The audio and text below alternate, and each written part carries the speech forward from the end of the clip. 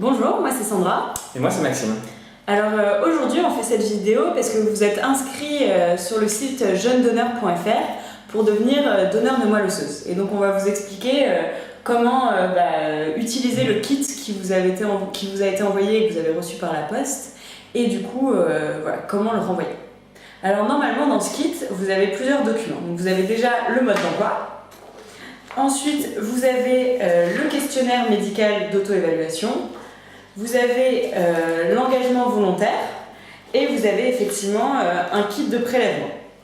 Donc dans un premier temps, ce qui est très important, c'est de bien remplir le questionnaire et l'engagement volontaire pour être sûr qu'il y ait bien toutes les informations.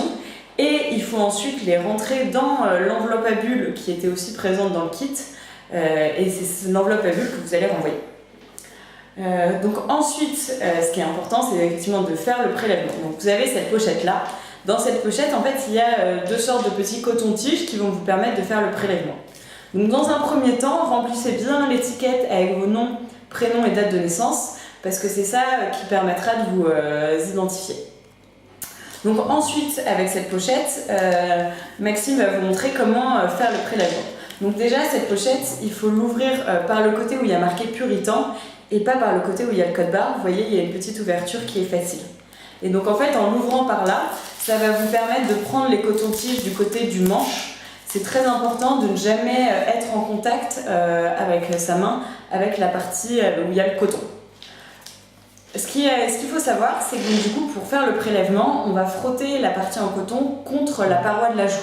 En fait, ce qu'on veut récupérer pour faire votre typage, c'est des cellules qui se trouvent contre la paroi de votre joue et non pas de la salive. Donc en fait, ce qui est important, c'est de déglutir 2 ou 3 fois avant de commencer le prélèvement pour être sûr qu'il n'y ait pas trop de salive dans la bouche. Ce qui est aussi important à savoir, c'est qu'il faut ouvrir grand la bouche parce qu'on veut absolument éviter d'être au contact de la langue ou des dents qui pourraient en fait altérer le prélèvement. Donc on y va, on ouvre grand la bouche et on met le coton-tige contre la paroi de la joue et là on va frotter énergiquement pendant 30 secondes. Donc hop, on met un minuteur, c'est parti pour 30 secondes. Et là ce qui est important aussi c'est de bien tourner le coton-tige pour être sûr qu'en fait le prélèvement se trouve vraiment sur l'intégralité de la partie en coton. Donc voilà, pendant 30 secondes on tourne, on continue à frotter en faisant attention à éviter le contact et avec les dents et avec la langue. Encore 10 secondes.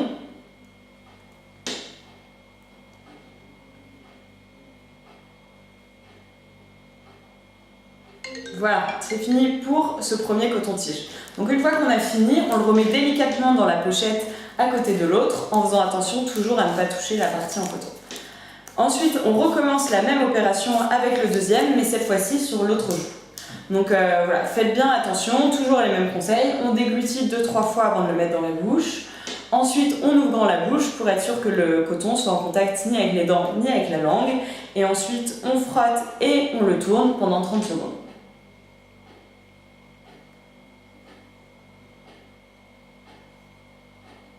Voilà, on tourne toujours bien le coton-tige. C'est important d'être sûr que le prélèvement il soit vraiment tout autour de cette partie en coton. Et c'est vraiment important de bien le faire 30 secondes, même si ça peut paraître long, parce que c'est vraiment ça qui va garantir l'intégrité du prélèvement.